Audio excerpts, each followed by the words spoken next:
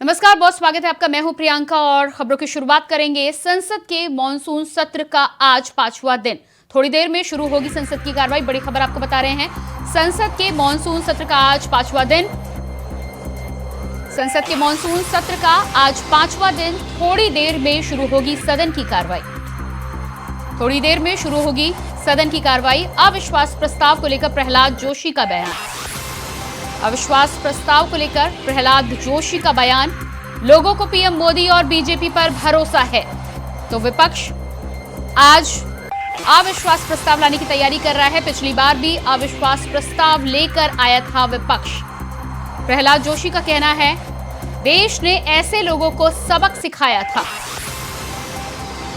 बड़ी खबर आपको बता रहे हैं, संसद के सत्र का आज 5वां दिन है। संसद के मॉनसून सत्र का 5वां दिन। थोड़ी ही देर में शुरू होगी सदन की कार्रवाई। आपको बता दें कि विपक्ष मॉनसून सत्र में मणिपुर को लेकर अविश्वास प्रस्ताव लाने की तैयारी कर रहा है। अविश्वास प्रस्ताव को लेकर प्रहलाद जोशी का बयान सामने आया है। लोगों को पीएम मोदी और बीजेपी पर भरोसा है, ये कहना है प्रहलाद जोशी का। पिछली बार भी अविश्वास प्रस्ताव लेकर आए थे, लेकिन उन्हें मुंह की खानी पड़ी थी। देश ने ऐसे लोगों को सबक सिखाया था।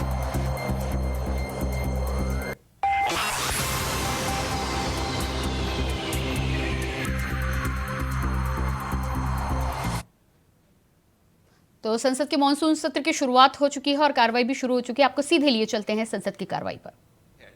ये सभा कारगिल युद्ध में शहीद हुए सशस्त्र बलों के सैनिकों के सर्वोच्च बलिदान के लिए उन्हें नमन करती है और उनके परिवारों के प्रति अपनी गहरी संवेदनाएं व्यक्त करती है।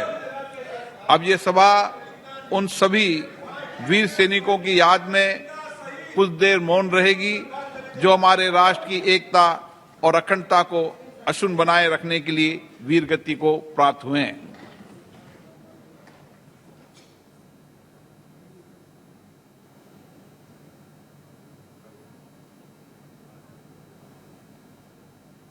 ओम शांति।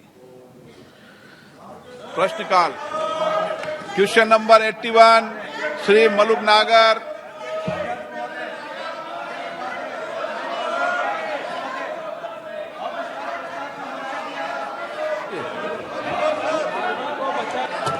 आप समझदार हैं, अनुभवी नेता हैं, 12 बजे लिया जाता है उसको। प्रश्न नंबर 81 के संसद में किस तरीके की बात करते हैं, आप समझाइए अपने सदस्यों को। नो गलत तरीका। क्वेश्चन नंबर 81 श्री मलुक नागर। मंत्री जी, प्रश्न नंबर 81 माननीय मंत्री जी, सभा पटल पर जवाब रख दिया गया। मलुक जी। सब मैं आज एक जो पहला प्रश्न लगा है उसमें मणिपुर से ऑटोमेटिक जुड़ जाता है, और ये लोग मणिपुर के बारे में चर्चा नहीं चाहते क्या? जो जूट की खेती है वो मणिपुर में भी होती है, उड़ीसा में भी होती है, बिहार में भी होती है। तो मैं मंत्री जी से जानना चाहता हूँ, जो एक्सपोर्ट होकर के पैसा देश में आया उसमें से कितना पैसा किसानों को दिया जा रहा है इंसेंटिव के रूप में? और दूसरा, सरकार क्या कर रही है जो जूट की खेती नई टेक्निक से पूरे देश में, पश्चिमी उत्तर प्रदेश में भी जो ज्यादा बढ़ाई जा सके? आज का दिन हम सबके लिए भी बहुत गौरवान्वित है, क्योंकि आज ITPO का जो विश्व स्तर का जो एक एग्जीबिशन सेंटर का आज ओपनिंग करने प्रधानमंत्री जी गए थे, और प्रधानमंत्री जी ने जिस तरह से ग्लोबल इमेज को ध्यान में रखते हुए आत्मनिर्भर भारत की ओर बढ़ते हुए हम सब ने कर्तव्य काल का निर्माण किया है। और इस कर्तव्य काल में टेक्सटाइल इंडस्ट्री में सबसे बड़ा योगदान जूट का भी रहा है। मैं आपके माध्यम से बताना चाहती हूँ कि जो किसानों की बात ये कर रहे हैं, कल सबसे बड़ा किसानों के सम्मान निधि के रूप में प्रधानमंत्री जी डायरेक्ट बेनिफिट ट्रांसफर से उसके अकाउंट में जो पैसा जमा करने वाले हैं, इसमें इस बार MSP के माध्यम से जूट किसानों को 5,000 से ज्यादा की राशि ये तय की है। और इसके साथ में जो एक्सपोर्ट निर्यात की बात कर रही है, आज जो एग्जीबिशन सेंटर बना है जूट रिलेटेड, जो ग्लोबल इमेज में जूट का आगे बढ़ने के लिए जो टेक्निकल टेक्सटाइल का यूज हो या उनसे जुड़ी हुई जो चीज बनती है उनके प्रमोशन के लिए ट्रेनिंग सेंटर से लेके उनकी खेती में कैसे बदलाव आए, किस तरह से नई टेक्निक से खेती हो जाए। मैं एक बात ध्यान में लाना चाहती हूँ कि ऐसी कोई भी जो चीज होती है इसमें राज्य सरकार का सहयोग चाहिए। और उन्होंने जिस तरह से बताया है, सबसे ज्यादा जूट मिल है वेस्ट बंगाल में, और वेस्ट बंगाल की जितनी भी मिलें हैं उनको सरकार ने प्रोक्योर करके जो हमारी चीनी और हमारी पेड़ी के लिए जो हमने जो जूट बैग है उनको सिक्योर नहीं किया होता तो ये लोग इस तरह से आगे नहीं बढ़ पाते। लेकिन इसमें भी ये परेशानी है कि उनको जो सरकार के सहयोग मिलते उनके जो सहयोग मिलता है, लेकिन उन्होंने अपनी टेक्नोलॉजी को अपग्रेड नहीं किया, ना तो नई मिल को अपग्रेड किया, ना ही तो टेक्नोलॉजी करी कैसे गोल्डन प्रकार का जूट बन जाए उसके लिए सोचा गया। तो इसमें हमें सीड से लेकर उनके कैसे 1 हेक्टेयर के अंदर सबसे ज्यादा उसकी खेती हो जाए, उसकी ट्रेनिंग हो जाए, उसके मार्केट लिंकेज हो जाए, और मार्केट लिंकेज के साथ में एक्सपोर्ट तक की चीजें सरकार ने इसी योजना के माध्यम से बनाई है। तो जो एक्सपोर्ट आज हुआ है, उन्होंने जो सवाल पूछा है कि आज तक का सबसे ज्यादा एक्सपोर्ट जूट का पिछले साल के मुकाबले में इस साल जो हम लोगों ने तय किया है तो उनका जूट के उत्पादन में 76 लाख बेल की तुलना में 2023 में 91 लाख बेल्स हो गया, और आज वर्तमान में 10,000 करोड़ रुपए की अधिक छूट जो तेलिया के लिए सरकार खाद्यान्न पदार्थ के लिए उनको दी जाती है। मलूक नागर, ये अब सीधा प्रश्न ये था कि जो एक्सपोर्ट होता है, जो इंसेंटिव सरकार देती है इस जूट की खेती बढ़ाने के लिए, सरकार ने किसान को क्या इंसेंटिव के रूप में दिया है? नंबर 1। नंबर दो कि क्या सरकार पूरे देश में जूट की खेती और खास करके मणिपुर में, जिससे वहां पैसा ज्यादा जाए और झगड़े बंद हो जाए, सरकार झगड़ों को भी कंट्रोल करे और आर्थिक रूप से भी मजबूत करे, उसके लिए सरकार क्या कर रही है? और तीसरा, पश्चिमी उत्तर प्रदेश में जूट की खेती कैसे ज्यादा हो, इसके लिए सरकार क्या कर रही है? इनकी लड़कियां होती है जो श्रमिकों की बालिका होती है, उनको 10वीं और परीक्षा पास करने के लिए 5,000 और 12वीं की परीक्षा पास करने के लिए 10,000 रुपया की स्कॉलरशिप प्रदान की है। सरकार ने 21-23 के दौरान लगभग 8200 बालिका को 7,000 करोड़ रुपए का स्कॉलरशिप प्रदान किया है। इसके अलावा टेक्निकल टेक्सटाइल के लिए, जियो टेक्सटाइल के लिए जो ज्यादातर नॉर्थ ईस्ट में उसका उपयोग होता है, उसको बढ़ावा देने के लिए भी हम लोगों ने बहुत सारे इंसेंटिव लिए हैं। PLI स्कीम के माध्यम से जो पूरे ग्लोबल में जिसकी चर्चा है, जब भी प्रधानमंत्री विदेश जाते हैं तो हमारी जो प्रोडक्शन लिंकेज जो स्कीम है, इसके माध्यम से हम लोगों ने बहुत सपोर्ट इंडस्ट्री को किया है। गोपाल मोदी सपोर्ट के साथ माध्यम से एक्सपोर्ट के माध्यम से उनको एग्जीबिशन के लिए अभी हम लोग भेजते हैं। लगभग 7,000 से ज्यादा हैंडलूम हैंडीक्राफ्ट के साथ में जूट को भी प्रदर्शनी में शामिल करते हुए टेक्सटाइल इंडस्ट्री ने तय किया है, टेक्सटाइल मिनिस्ट्री ने, कि जूट को भी जो हमारे यहाँ ग्रीन एनवायरनमेंट की ओर आगे बढ़ते हुए हम उनको भी सहयोग प्रदान करेंगे। That in pursuance of the provisions contained in clause 9.1e of the scheme for the administration and management of the properties and funds of the Indian Institute of Science, Bangalore, read with regulations 3.1 and 3.1.1 of the regulations of the Institute, this House do proceed to elect in the manner as directed by the Chairman, one member from amongst the members of the House to be a member of the Council of the Indian Institute of Science, Bangalore, for the remaining period of the quadrennial 2022 to 2025 to fill up the vacancy caused due to the retirement of Sri K.C. Ramamurthy from the membership of Rajya Sabha on 30th June 2022. Thank you. Motion moved. Those in favor will please say aye. Aye. Those against will please say no. I think the ayes have it. The ayes have it. The motion is adopted. Honorable members. Level crossing number 248 और level crossing number 249 जो कि Sandila station के आसपास है, तीनों के तीनों। LC 247 में कंस्ट्रक्शन फिजिबल नहीं है क्योंकि वहां पे दोनों तरफ बहुत ज्यादा बिल्ट अप एरिया है और क्रॉस रोड्स भी है अप्रोच एरिया में। LC 248 का टेक्निकल और फिजिबिलिटी रिपोर्ट बन चुका है और उस काम को आगे बढ़ाया गया है। LC 249 में कॉस्ट शेयरिंग बेसिस पे ये प्रोजेक्ट अप्रूव हुआ था माननीय अध्यक्ष जी, और रेलवे ने इस कॉन्ट्रैक्ट को अवार्ड कर दिया है मई के 2022 में। उसके बाद में काम में थोड़ी सी कुछ और चेंज आया, चेंज होने के कारण अप्रोच पोर्शन का कॉस्ट भी इसमें इंक्लूड किया गया और इस पूरे के पूरे काम को टेंडर अवार्ड कर दिया गया है। काम तेजी से चल रहा है। धन्यवाद माननीय मंत्री जी। मैं दूसरा पूरक प्रश्न जानना चाहूंगा कि मेरे संसदीय क्षेत्र में Balamau railway station level crossing 257 है, जिसमें अंडरपास के लिए फाइल लंबित पड़ी हुई है रेल मंत्रालय में, और उसी के साथ ही 258 की लेवल क्रॉसिंग है जिस पर रेलवे ओवरब्रिज स्वीकृत हो चुका है। मैं माननीय मंत्री जी से जानना चाहूंगा कि 257 के रेलवे अंडरब्रिज और 258 के रेलवे ओवरब्रिज की आगे की प्रक्रिया में अविलंब प्रारंभ किए जाने हेतु कोई निर्देश देंगे? मान्यवर सांसद महोदय का सजेशन नोट किया गया सर, और मैं मान्यवर सांसद से निवेदन करूंगा कभी भी कार्यालय में बैठ के उसका कंप्लीट रिव्यू हम लोग कर लेंगे। Now Sri Krishna. With respect to the RUBs, road under bridges, there is a huge problem, mainly in the rail. Shri Malika,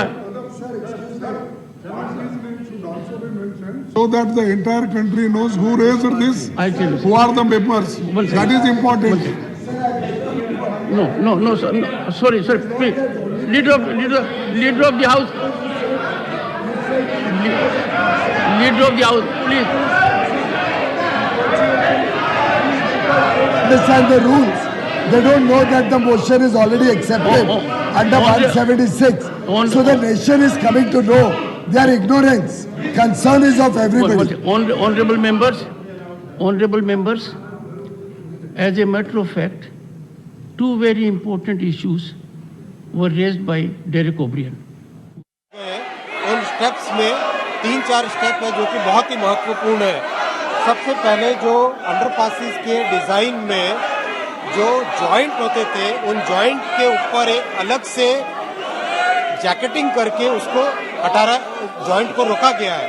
दूसरा, जो रिटेनिंग वॉल होती थी उसमें वी पोल्स होते थे, तो उस वी पोल्स को बंद किया गया है। तीसरा, बहुत सारी जगह जो अप्रोच रोड है उसके ऊपर एक कवर्ड शेड बनाया गया है। चौथा, जितनी भी अप्रोच वाला एरिया है उसमें कंक्रीट गार्ड वॉल बनाई गई है जिससे कि साइड का पानी नहीं आए। पांचवा, जो अप्रोच है रोड उसकी ग्रेडियंट को बहुत अच्छे तरीके से मॉनिटर किया गया है और इस तरह से किया गया है जिससे कि ग्रेडियंट पहले ऊपर जाए उसके बाद में नीचे रहे। छठा,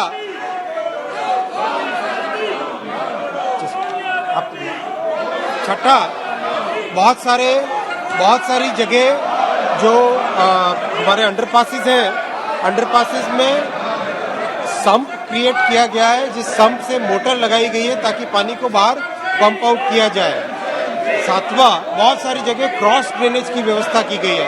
माननीय अध्यक्ष जी, करीब 1900 ऐसे अंडरपासेस हैं जिसमें रिपेयर करके आज परिस्थिति पहले से बेहतर है।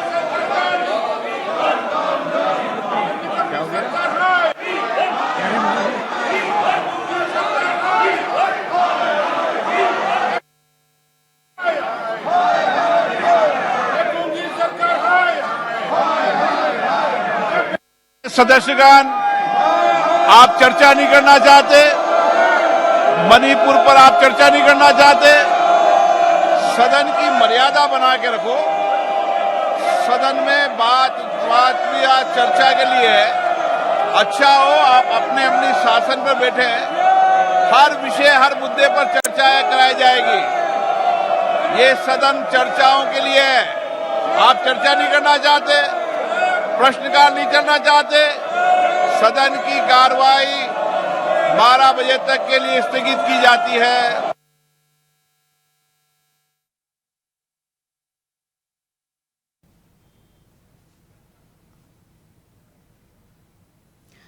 तो ये आपने देखा, संसद की कार्रवाई 12 बजे तक के लिए स्थगित कर दी गई है। 2 सवालों के बाद ही ऑनरेबल स्पीकर ने यहां पर विपक्ष के सदस्यों से ये कहा कि मणिपुर में चर्चा यदि नहीं चाहते हैं, सदन चर्चा के लिए बना हुआ है और ऐसे में हो हंगामे के बाद 12 बजे तक के लिए लोकसभा को स्थगित कर दिया गया है।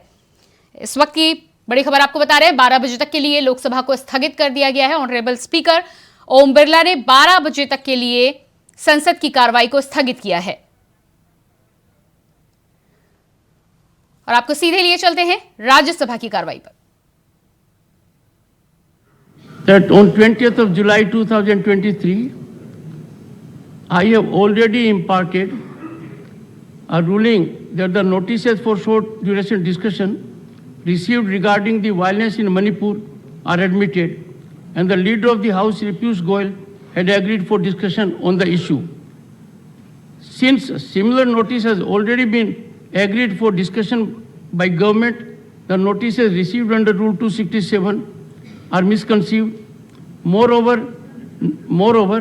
none of the notices fulfill the mandate of Rule 267 or are in conformity with the ruling imparted by me on 8th December 2022. In view of the same, I am unable to persuade myself to allow these notices. Honorable members, please. 3 notices under Rule 176 for short duration discussion have been received. The same are Sri Ghanshyam Tiwari, concern over assault on Sri Rajendra Singh Gudha, member of Rajasthan Legislative Assembly. Wait for my decision, what I do to them. I am only indicating what the honorable member has raised.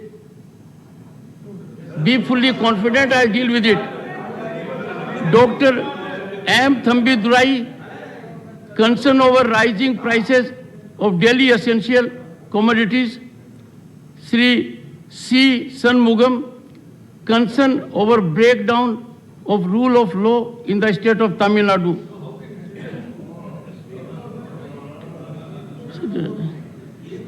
Honorable members, in addition, I have received a representation from following members: Srimati S.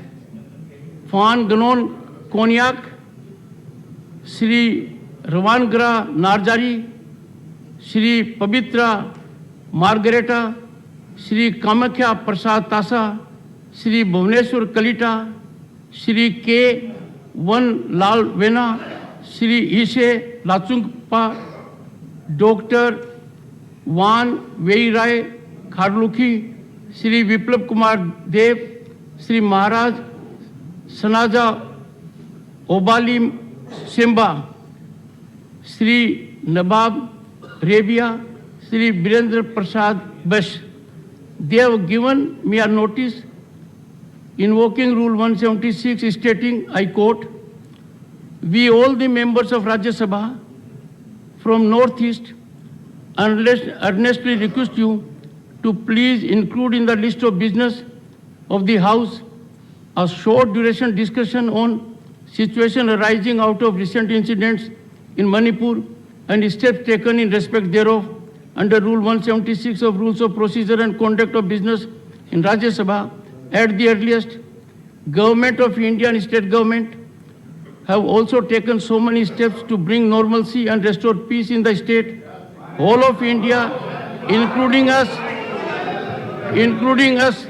want the people of Manipur should feel safe and be part of development path India, and therefore there is urgent need for discussion on the subject in the House so that members from across party lines can participate in the debate and give constructive suggestions for tackling the situation prevailing in Manipur, which will boost the confidence of the people of Manipur. Sir, you have already given in principle approval for short duration discussion on this subject. Government has also categorically stated that they are ready for discussion on this subject as per rules and convenience of Honorable Chairman of the House. In the above backdrop, We sincerely request you to please allow short duration discussion on this subject under Rule 176 at the earliest without any further delay, keeping urgency. Honorable members, I have already admitted notice. Honorable members, please take. Honorable members, I have already admitted notices for short duration discussion under Rule 176 on the issue of Manipur, and Leader of the House has also conveyed government's willingness for such discussion. After discussion with Leader of the House, as per requirement under Rule 177, I will fix date and time for short duration discussion.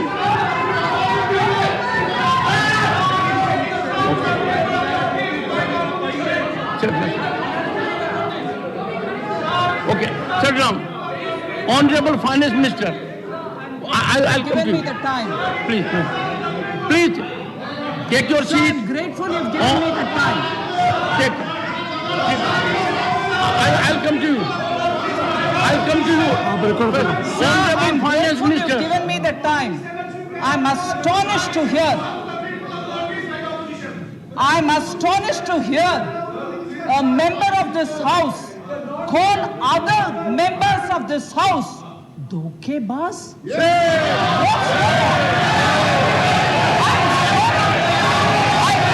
I condemn this. It should be removed and the honorable member should apologize. The honorable member should apologize.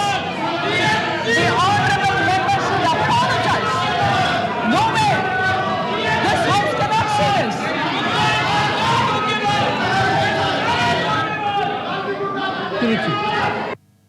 Please, one second. Let there be order in the house. Mr. Tiruchi Siva, let there be order in the house. Sir, Please.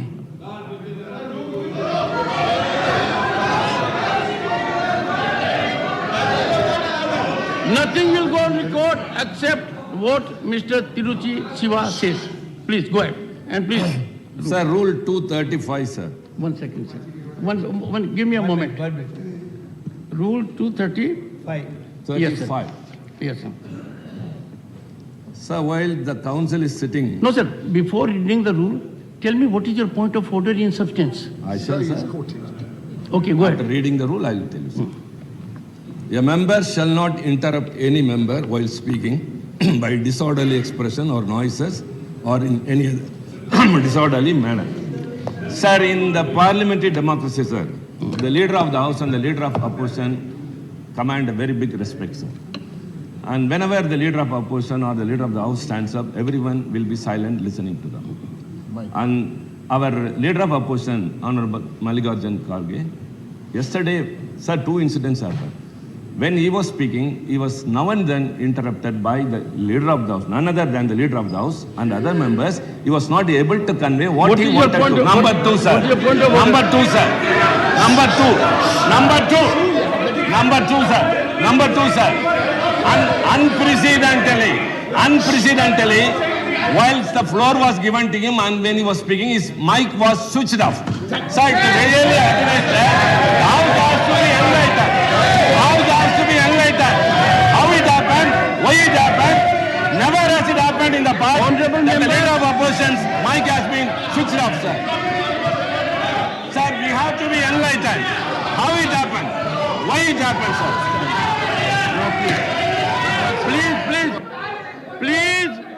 Please take your seat. Now, 1 second. Mr. Tiruchi Siva, you read a rule. The rule is very significant. And did you see its violation? From this side, from this side. Was there not violation? Everyone interrupted you. Just imagine, introspect. We are reading a rule that says we'll maintain decorum. There will be no introspect. We are reading a rule that says we'll maintain decorum. There will be no interruptions.